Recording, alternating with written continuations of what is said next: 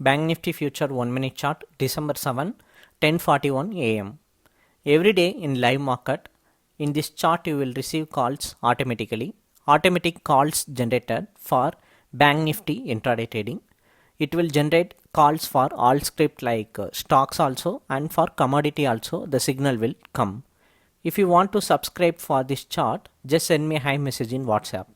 Let's come into the video. Today a sell call generated, so red color candle open. Whenever a new trend generated, it will give signal like this in live market. Sell call red color, buy call means green color candle will open.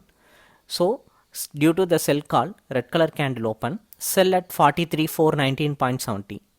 Open point of the candle is the entry point, that straight white color line, entry point line.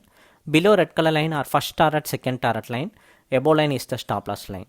First target is 43,311, that is 108 point first target range. Second target is double of first target.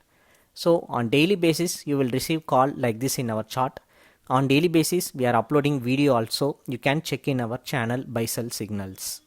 After 12 minutes of the sell call generated, it finally break out the first target range and it has given more than 120 point movement in further time also.